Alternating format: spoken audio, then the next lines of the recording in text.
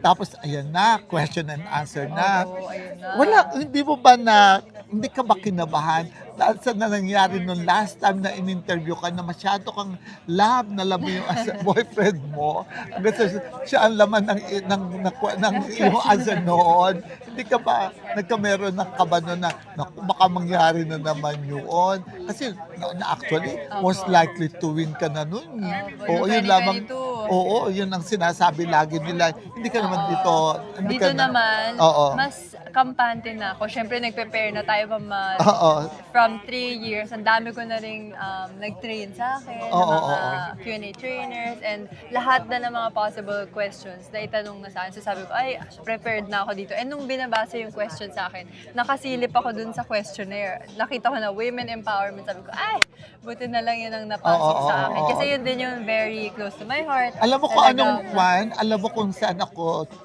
natuwa sa sagot mo yun, Opo. nung sinabi mo babae, Opo. babae na naman, o gano'n. Saka yung, Talaga. there should be a seat Seat in in the a table. table. So, ay, matalinghaga, may laman, at Opo. saka mabigat na kaagad ang sagot.